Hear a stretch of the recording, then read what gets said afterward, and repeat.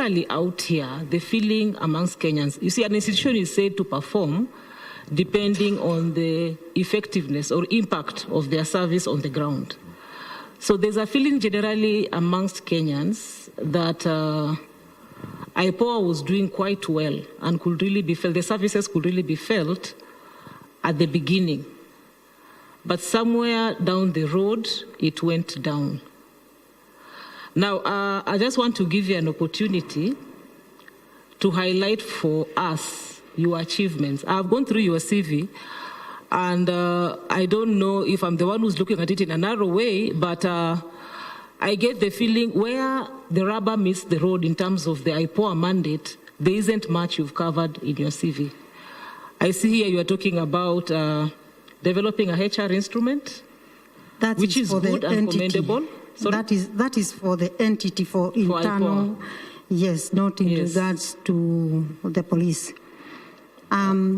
In terms of the police, a lot was achieved. And allow me to mention, before Honorable AG became AG, she was in DPP.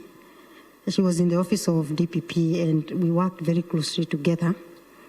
One of the areas we were able to deal with is address the issue of backlog of cases. And we were able to reduce the backlog of cases from over 20,000. By the time I was leaving, we had closed over 12,000 cases, up from about 3,000. The matters before courts, when we joined, there were hardly 60. I left over 470 cases before courts.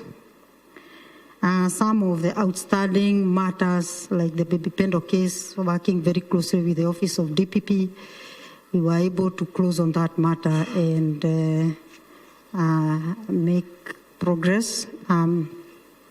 So we were able to do quite a lot in terms of pushing, because justice delayed is justice denied. Basically clearing the backlog, ensuring that matters are closed within a short time, because even if you're not being prosecuted, you need to know that you've been exonerated so that we don't keep the file. So we're able to deal with the issue of backlog.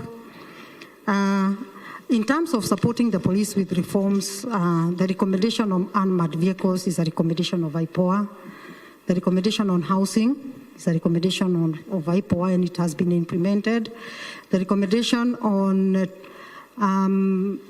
authority to incur expenditure for OCSs, so that the OCSs can have the money to fuel the cars and to do the little things they need to do within the police station, is a recommendation of IPOA. I'm assuming all this you're telling us is under your leadership. Yes, yeah, those were implemented. They were implemented under my leadership. Some of them started with the first IPOA board, but the first board had a lot of challenges setting up. So a lot of things were left unfinished. So we came finished and oversaw the implementation. So I'm talking of those that were implemented while I was there. Okay, the reason I'm asking is because you have a segment in your CV where you're talking about your achievements in IPOA, and none of that is captured here.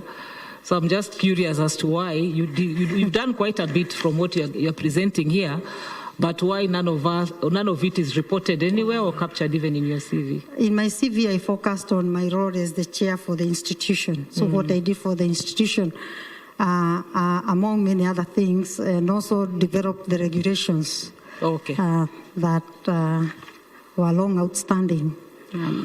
Okay, the other